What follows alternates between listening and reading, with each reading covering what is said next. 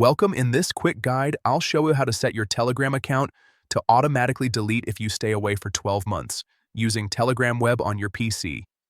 This is a useful privacy feature, especially if you want to keep your account secure when you're inactive for a long time. Let's get started. First, open your browser and go to Telegram Web. Log into your account if you're not already signed in. Once you're inside your Telegram dashboard, look at the top left corner of your screen. You'll see three horizontal lines, also known as the menu icon. Click on those three lines to open the main menu. From here, select Settings. This will take you to your account settings where you can manage different options related to your profile, notifications, and privacy. Next, click on Privacy and Security. This section controls how your account behaves, including who can see your information and how your data is handled. Now scroll down until you find the option labeled If Away For. This is the setting that allows Telegram to automatically delete your account after a certain period of inactivity. Click on it, and you'll see several time options.